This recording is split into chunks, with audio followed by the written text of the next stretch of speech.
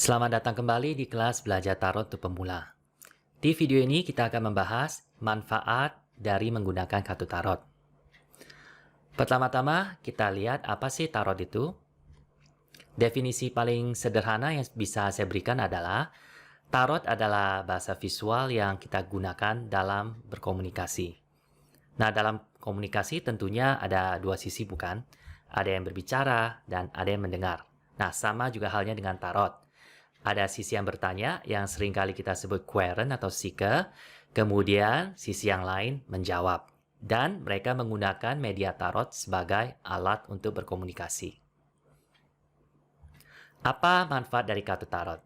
Sebagaimana telah dijelaskan di video sebelumnya, tarot itu salah satu media atau alat yang kita dapat gunakan dalam pengembangan atau pemberdayaan diri, self-empowerment. Kalau kita jabarkan, tarot bisa membantu mengasah kreativitas kita. Tarot bisa membantu kita mengumpulkan ide-ide saat brainstorming. Tarot juga dapat membantu kita menganalisa situasi, menimbang kelebihan dan kekurangannya sehingga membantu kita dalam pengambilan keputusan. Tarot juga bisa mengasah intuisi kita. Di sini maksudnya, tarot bisa membantu kita mendengar apa yang sebenarnya sudah atau sedang disampaikan pada kita. Tarot juga membantu kita mengenal karakter atau psikologis manusia yang kompleks, terutama melalui 16 kartu chord. Dan tarot juga bisa berfungsi sebagai alat self-care, contohnya digunakan saat meditasi atau sebagai pelengkap terapi. Nah, saya berikan contoh. Contoh yang pertama. Jika kita mau brainstorming, kira-kira jenis traveling apa yang cocok untuk liburan mendatang? Misalnya kartu yang ditarik itu The Fool. Maka ide-ide yang bisa didapatkan misalnya, nah ini adalah traveling solo bukan grup, jadi ya nggak usah kita ajak teman. Nah, travelingnya bisa ke bukit atau gunung, contohnya hiking, camping, atau kegiatan yang beresiko, yang memacu adrenalin. Dan jenis liburan ini mungkin yang lebih baik agenda yang belum jelas, yang tidak direncanakan terlebih dahulu.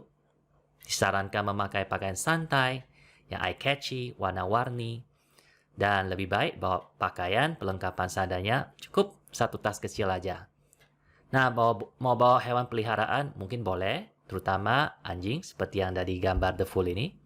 Boleh bawa juga tongkat atau payung. Nah, contoh yang kedua, jika kita mau brainstorming, tema dan suasana apa yang cocok untuk pesta ulang tahun anak saya yang kelima. Misalnya kartu yang ditarik itu Ten of Pentacles. Maka ide-ide yang bisa didapatkan misalnya, lebih baik diadakan outdoor dan juga dilakukan siang hari. Kalau bisa yang ada suasana alamnya, kalau bisa yang areanya cukup luas sehingga anak-anak bisa berlarian. Warna yang cocok mungkin warna hiasan pelangi, bisa juga hiasan unicorn. Dress code-nya itu bisa warna biru muda, peach, merah muda, rainbow. Minuman mungkin perlu dipersiapkan lebih. Oke, kita lihat contoh yang ketiga. Misalnya, Anda dalam proses melamar kerja dan Anda memiliki pertanyaan, bagaimana sih natur tempat kerja di sana? Apakah sebaiknya saya mengambil pekerjaan itu? Nah, misalnya kartu yang Anda tarik itu adalah Five of Wands. Maka ide-ide yang bisa didapatkan misalnya, tempat itu mungkin banyak kompetitor. Nah, selain itu juga tempat itu banyak tantangan dan ada potensi konflik. Jika Anda adalah tipe yang suka tantangan dan bersaing, silakan maju dan teruskan proses lamaran kerjanya. Jika Anda bukan tipe yang seperti itu, mungkin bisa mempertimbangkan mencoba mencari di tempat yang lain. Contoh yang keempat. Misalnya Anda sedang melakukan refleksi diri dan bertanya, hal-hal apa sih yang perlu saya kembangkan, pelajari, lakukan supaya karir saya dapat menjadi lebih baik? Misalnya kartu yang Anda tarik itu adalah Page of Pentacles. Maka ide-ide yang bisa didapatkan misalnya, saya mungkin perlu lebih slow moving, ya pelan tapi pasti. Ya, saya mungkin harus lebih fokus kerjakan tugas yang ada di depan mata, bukan yang jauh ke depan. Saya mungkin perlu lebih mementingkan kualitas daripada kuantitas. Saya mungkin juga perlu belajar lebih teliti dan rapi. Saya mungkin kurang tekun dan saya perlu lebih tekun lagi. Atau saya perlu belajar mengolah kekhawatiran saya dan perlu meluangkan lebih banyak waktu di alam. Dan saya tidak boleh berhenti belajar. Oke, contoh yang kelima ini berhubungan dengan self-care menggunakan kartu tarot. Nah, misalkan Anda berada di situasi seperti ini. Saya emosian akhir-akhir nih, saya tidak sabar dengan orang lain. Sepertinya saya benar-benar ini deh, nggak bisa mengendalikan diri saya. Saya juga diperhadapkan dengan sisi-sisi shadow, ya, atau sisi gelap saya, dan saya tidak siap menerima apalagi mengakuinya. Nah, dalam situasi ini Anda bisa melakukan meditasi yang sangat sederhana dengan kartu Strength. Pertama-tama, Anda bisa menaruh kartu Strength ini di depan Anda, kemudian lakukan relaksasi. Setelah Anda relax, Anda bisa menatap kartu Strength di depan Anda. Lalu Anda bisa membayangkan Anda seperti wanita di Strength yang memiliki self-control, yang panjang sabar, yang bisa merespon dengan tenang. Nah, jika Anda bukan tipe yang visual, ya nggak apa-apa, pakailah perasaan Anda. Rasakan seakan-akan Anda sedang menyerap atau menerima kekuatan seperti wanita yang ada di Strength itu. Selanjutnya Anda juga bisa berdoa pada Tuhan untuk meminta kekuatan untuk bisa mengendalikan diri, memaafkan, dan bersikap tenang di tengah kesulitan. Oke, kita lanjutkan pelajaran kita.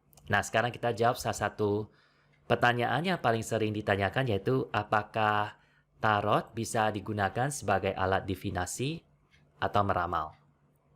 Nah, jawabannya adalah bisa. Namun, penekanannya atau pendekatannya tergantung filosofi dan kepercayaan si tarot reader itu sendiri. Nah, lalu penekanan atau pendekatan apa yang diajarkan di kelas ini? Saya sebagai instruktur di kelas ini mengajak murid-murid untuk fokus pada pemakaian tarot yang bersifat analisis. Maksudnya begini, saya mengajak Anda untuk melihat tarot sebagai alat bantu kreatif untuk mendapatkan ide atau untuk memecahkan masalah dan bukan untuk meramal hasil akhir atau masa depan. Saya ulangi sekali lagi bahwa pakailah tarot sebagai alat bantu kreatif untuk mendapatkan ide atau untuk memecahkan masalah dan bukan untuk meramal hasil akhir atau masa depan. Saya sebagai instruktur percaya bahwa manusia bisa merencanakan dan berusaha, namun Tuhan yang akan menentukan hasilnya. Yang saya tekankan di kelas ini adalah bahwasanya setiap simbol, gambar, warna dari kartu tarot akan membangkitkan informasi dari pikiran bawah sadar ke alam sadar yang pada akhirnya akan membantu kita melihat sebuah situasi dari berbagai sisi dan membantu kita menjadi kreatif dalam memecahkan suatu masalah. Mari kita lihat analogi yang sudah saya siapkan, yaitu analogi menggunakan jasa BMKG. Nah, semoga analogi ini bisa membantu Anda memakai tarot dengan pendekatan analisis. Namun, jikapun Anda tertarik dengan aspek divinasinya, nggak apa-apa. Analogi ini pun bisa membantu memberikan rambu-rambu untuk Anda. Contohnya, BMKG memperkirakan bahwa besok pagi akan ada hujan deras di area Anda. Nah, setelah mendapat informasi tersebut, kira-kira langkah preventif apa yang bisa Anda ambil? Nah, Anda mungkin bisa berpikir apakah perlu berangkat lebih awal. Anda mungkin berpikir apakah ada jalan alternatif. Anda mungkin berpikir transportasi apa yang lebih baik diambil. Anda mungkin berpikir apakah perlu siapkan payung jika menggunakan kendaraan umum atau perlu siapkan jas hujan jika Anda naik motor. Namun Anda harus ingat bahwa Anda tidak bisa menjawab pertanyaan-pertanyaan yang di luar kendali Anda, seperti apakah hujan besok akan membawa keberuntungan atau kesialan? Bagaimana saya bisa menghentikan hujan besok? Apakah besok saya akan mengalami kecelakaan? Nah, Anda nggak bisa menjawab pertanyaan-pertanyaan seperti itu. Semoga analogi ini bisa membantu Anda mengerti bahwa tidak disarankan menggunakan tarot untuk fortune reading atau menjawab pertanyaan tentang keberuntungan di masa depan. Sebagai penutup video ini, saya ingin sampaikan bahwa sangatlah penting sekali untuk kita memperhatikan dan memupuk aspek spiritualitas kita, sehingga kita tidak menggunakan tarot atau media apapun untuk lari dari realita ataupun ketetapan hidup. Sekian untuk materi manfaat kartu tarot. Kita berjumpa lagi di video berikutnya. Terima kasih.